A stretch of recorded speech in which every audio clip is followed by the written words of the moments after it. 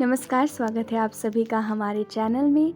हम सुन रहे थे डॉक्टर अशोक शर्मा जी द्वारा लिखित सीता सोचती थी इसलिए कहा क्योंकि अब इसके सारे ही भाग समाप्त हो चुके हैं और कल हम परिशिष्ट पढ़ रहे थे जो कि डॉक्टर अशोक शर्मा जी द्वारा लिखा गया है और इसमें उन्होंने कुछ समय की गणनाओं की बात की थी जो कि श्री पुष्कर भटनागर भारतीय राजस्व विभाग के अधिकारी हैं। उन्होंने ग्रहों और नक्षत्रों की महर्षि वाल्मीकि द्वारा वर्णित स्थितियों और प्लानिटरी सॉफ्टवेयर की सहायता से जो घटनाएं और तारीखों और उनके होने के समय की गणना की है, आज उनकी हम बात करने जा रहे हैं।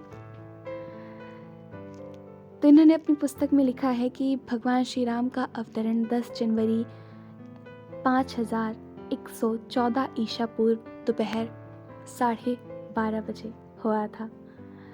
इस दिन चैत्र माह के शुक्ल पक्ष की नवमी थी। बृहस्पति कर्क राशि में थे और राम की लग्न भी कर्क थी। भरत का जन्म 11 जनवरी 5114 ईसा पूर्व सुबह 4:30 बजे हुआ था, राम के जन्म के 16 घंटे बाद। इसमें तो नहीं वर्णित है, लेकिन हमने पढ़ा था कि इसी के बाद दोपहर 11:30 बजे श्री लक्ष्मण और श्री शत्रुघ्न जी का जन्म होता है 11 जनवरी को ही 5114 ईसा पूर्व पर।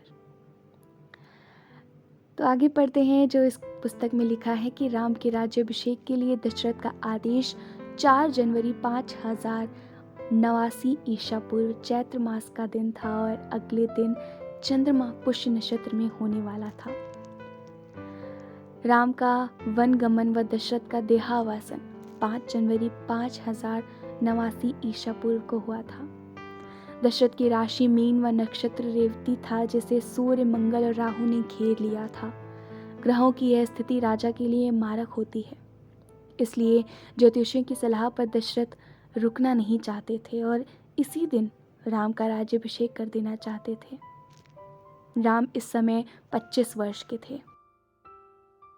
खरदूषण का वध 7 अक्टूबर 5077 ईसा पूर्व मध्याह्न 3:10 पर हुआ था।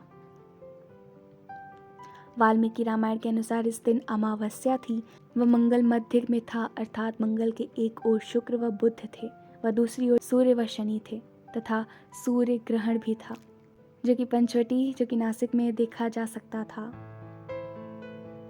अरण्य कांड के 23वें सर्ग में इन स्थितियों का वर्णन पहले 9वें व 12वें श्लोक में है। इसी कांड में 29वें सर्ग में खर राम से कहता है कि अभी मैं अपने पराक्रम के बारे में और बताता, किंतु मैं ऐसा नहीं करूंगा क्योंकि यदि इस बीच सूर्यास्त हो गया तो युद्ध बंद करना पड़ेगा। इस संबंध में कुछ ध्यान देने योग्य बातें निम्नलिखित हैं। बहुत ही कम ऐसा होता है कि सभी ग्रह दिन के आकाश में स्थित हों। यह विरलतम स्थिति है। पूर्व से पश्चिम तक शनि, सूर्य, चंद्र, मंगल व बुध, शुक्र व बृहस्पति बिना किसी यंत्र के दिखाई पड़े। इस समय सूर्य ग्रहण एक पूरी तरह अद्वितीय घटना है। यह खगोल शास्त्र की विरलों में विरल स्थिति है। बाली का दमन 3 अप्रैल 5076 ईसा पूर्व प्रातः काल। उस दिन आषाढ़ की अमावस्या थी। हनुमान जी का लंका पहुंचना 12 सितंबर 5076 ईसा पूर्व।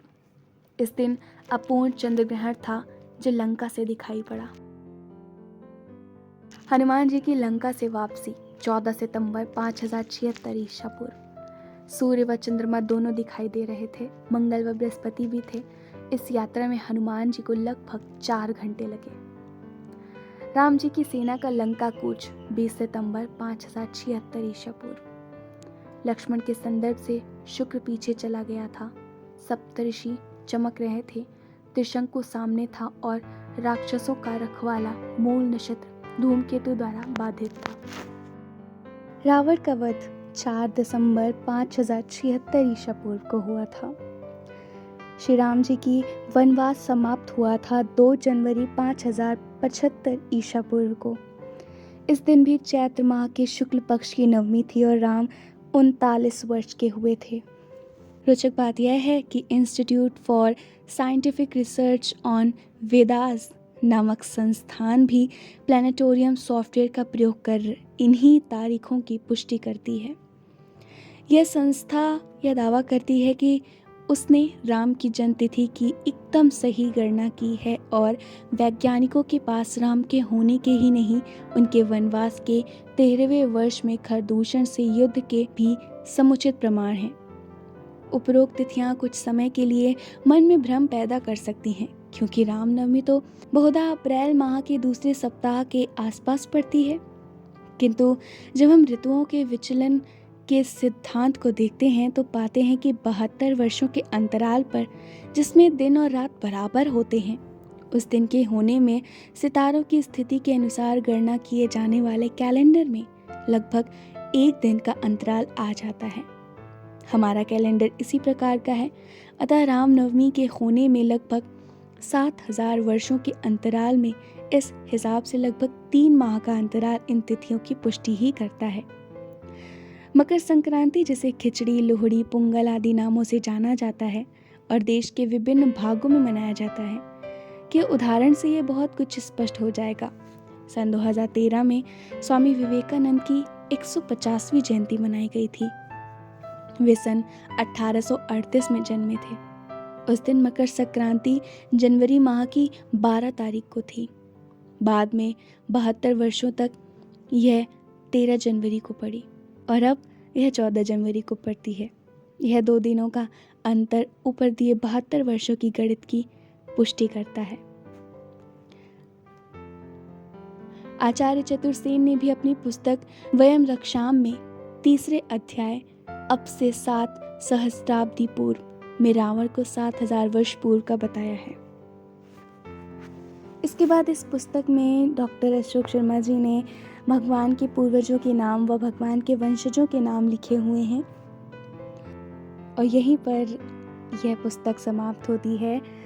फिर मिलेंगे अगले वीडियो में अगली पुस्तक के साथ।